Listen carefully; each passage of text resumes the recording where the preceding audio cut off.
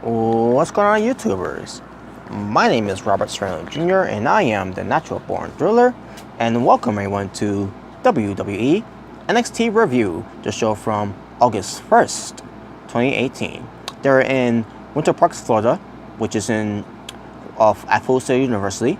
Your commentators, Mauro Renaro, Nigel McGuinness, and Percy Watson. So the first match we start off, I'll just go right to it. We get Tucker Knight and Aldous Dosovich, Heavy Machinery versus Nick Miller and Shane Thorne, the Mighty. So they're having this match, right? Decent match. And then all of a sudden, the Mighty gets distracted by this music from the Street Profits in the crowd. I didn't like that. I thought that was poor booking. I thought that was terrible. And I like to myself, are you kidding me? That came out of nowhere, and the acting with it was a little off there when that happened. And then Heavy Machinery beats the Mighty because of that. I thought to myself, well, that was stupid. I mean, you couldn't give Heavy Machinery a decisive win. Yeah, they had them win because the Mighty got distracted. I mean, how is that a good storytelling there? When these two guys these two big guys, Heavy Machinery, needed on the Street Profits help to distract the Mighty to win the match. Yeah, I didn't like it. I thought it was poor booking, or whoever was behind that booking of the match. Next we get to Trent Seven and Tyler Bate. They are Mustache Mountain, when it comes to doing this or that. And they go up against Matt Knox and Brandon Taylor. And match itself basically was to showcase the Mustache Mountain to be great wrestlers as a tag team.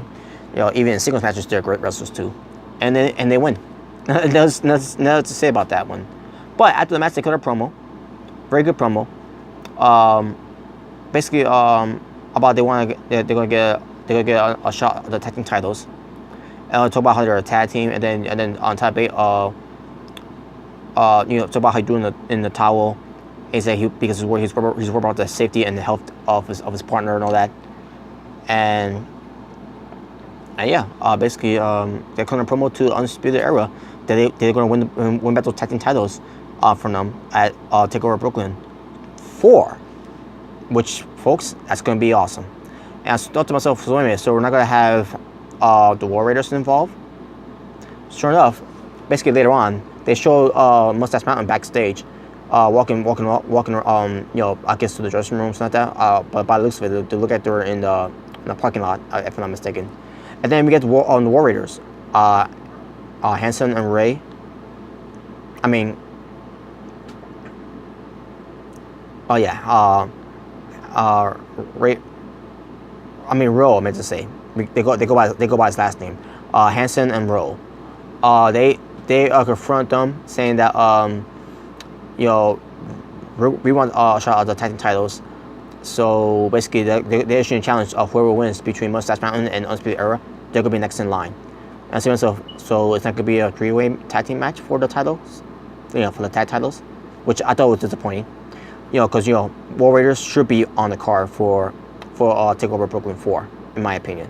So it could be a 3-way, a triple threat tag team match for the NXT Tag Team Championships. I think that'll be a fun match. I think it will also be a show stealer too, but they didn't think of that, so it's unfortunate, but whatever. I guess they'll figure something out after TakeOver when it comes to that. EC3 versus the Finest, Colin Reeves. Colin Reeves was kind of trash in this match. Oh my god. But EC3, he was decent.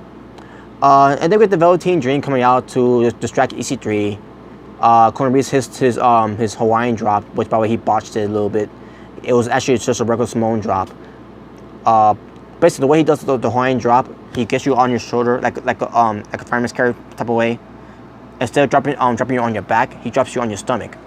Basically flips his opponent, and then presses them back on his back, and then the gut hits the mat and everything. That's what he calls the Hawaiian drop. No, when he did his move, it was just a small drop. And by the way, the way he did it too, it looked terrible.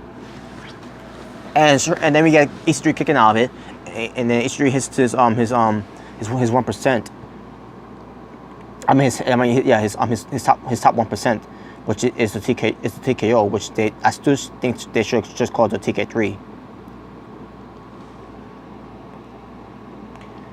I think they just called the top. I think they just called it the 1%. But anyways, EC3 gets the win, and in the undefeated streak of the finest, Colin Reeves. Yeah, this match was trash, folks. Now EC3 he held his own, but Colin Reeves wasn't that good in the match. It was trash, and I feel sorry for EC3 too. And I guess EC3 is a face, or maybe a trainer. I don't know what they're doing for EC3, but hey, he's getting babyface reactions. So, and by the way, when it comes to the Velveteen Dream getting involved, which probably I'm about to get to this next segue, NXT General Manager William Regal announces that the top 1% in the EC3 will go up against the Velveteen Dream at TakeOver Brooklyn 4. You're probably wondering why I'm doing that. I don't want to review anything yet, folks, until I get to that point. But also, he announced that at TakeOver Brooklyn 4, Adam Cole, baby, will defend his NXT North American Championship against the one and only Ricochet. Yes. Oh, no, not that. Yes. Just saying. Daniel Bryan fan. So, and there you go. Now, I would like the William Regal would have done something for War Raiders, when it comes to this segment, but he didn't do that, unfortunately. I wish they could have found ways to had War Raiders to be on that card too, to make it a triple threat match for the NXT Tag Team Championships for Mustache Mountain versus Undisputed Era versus War Raiders. That would have been nice, but he didn't, and whatever. Main event, we get the NXT Women's Champion Shayna Baszler versus Candice LaRae. Just a regular match, non-title match. In this match, folks, Shayna Baszler has to win.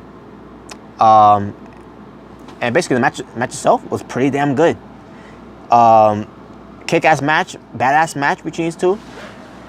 Especially when it comes to Candice LaRae, showcasing her offense on Shayna Baszler, and then Shayna Baszler cutting her offense off at one point, and then starts stomping on her arm, all that, and I mean not her arm, or her leg. And at one point, Candice LaRae was selling that she she's getting some sympathy from the fans and all that. Like, it was good storytelling. At one point, it looks like that Candice LaRae was about to win against Shayna Baszler, but then Shayna Baszler took that moment away, and then basically got the better of Candice LaRae and gets the win over her with the Karakula clutch, and gets the submission win. After the match, Shayna Baszler goes right after Candice LaRae again with the Karakula clutch, and then we get the Power Princess Kairi Sane coming down for the save, because keep in mind she's the number one contender against Shayna Baszler for the NXT Women's Championship at TakeOver Brooklyn 4, which, oh my God, I can't wait to see that match between Shayna Baszler and Kairi Sane, because those two wrestled Triple 4 on the Mayon Classic finals, which it was a disappointing match because they didn't give much time to wrestle that much, which I blame WWE for that. And when I say WWE, I mean Vince McMahon and Stephanie McMahon.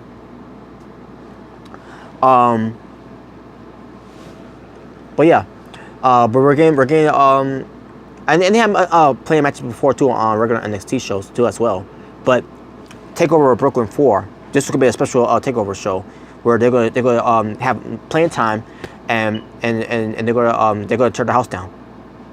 But yeah, back to this. So Shayna Baszler backs off because Kairi Sane came out. Referee backs her off. Shayna Baszler was going to leave. Kairi Sane checks on Candice LaRae, and then Shayna Baszler goes right after Kairi Sane with a kick, I believe. I think it was a kick. And then Kairi Sane gets back up and has that look on her face that she's going to kill her. And then referee's back, holding her back. Shayna Baszler leaves, and that was it. And that was the main event match. But that was not the main event match to end this show, because we get to this main event slot where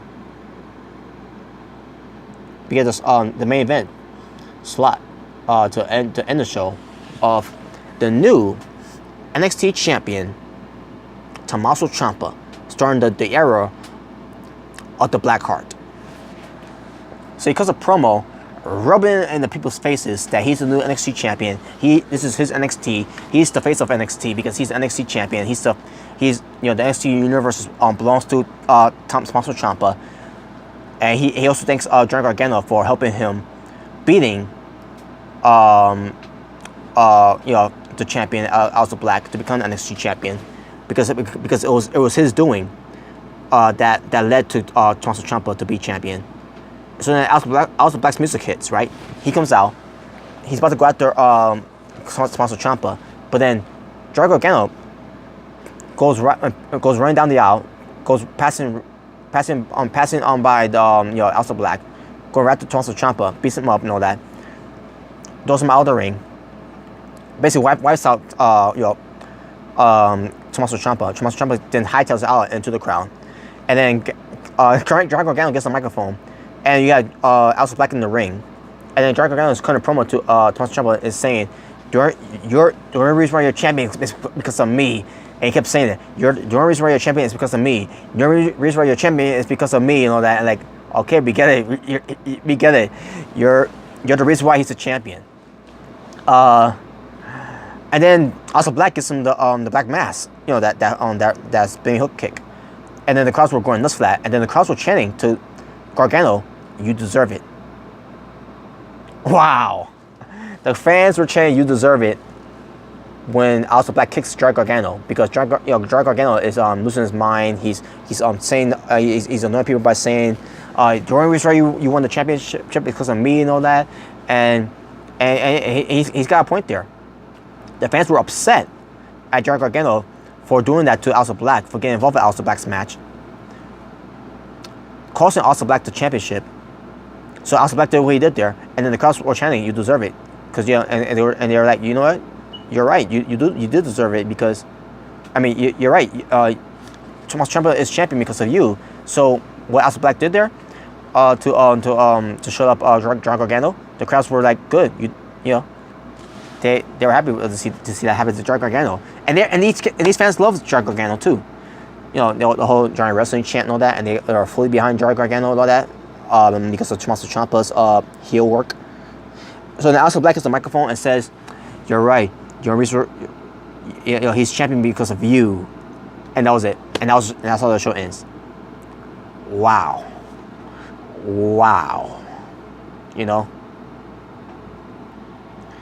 Total amount of wrestling for WWE NXT, the show from August 1st, 2018. 4 matches. And my overall showing for the show for NXT, I'm gonna go 8 out of 10. Amazing show. So there you go. And I kind of say about that. So that being said, thank you all for watching. If this is your first time watching me, my name is Robert Serrano Jr. and I am the Natural Born Driller. Please subscribe if you haven't yet. I will have a shot glass with me, but I don't have a shot glass with me, so it's unfortunate, for me to say to you all to take a shot. But if you enjoyed this review, give it a thumbs up. If you didn't enjoy this review, give it a thumbs down. The choice is yours and yours alone. And with that being said, thank you all for watching. Y'all take care. Peace on the streets, and I'm out.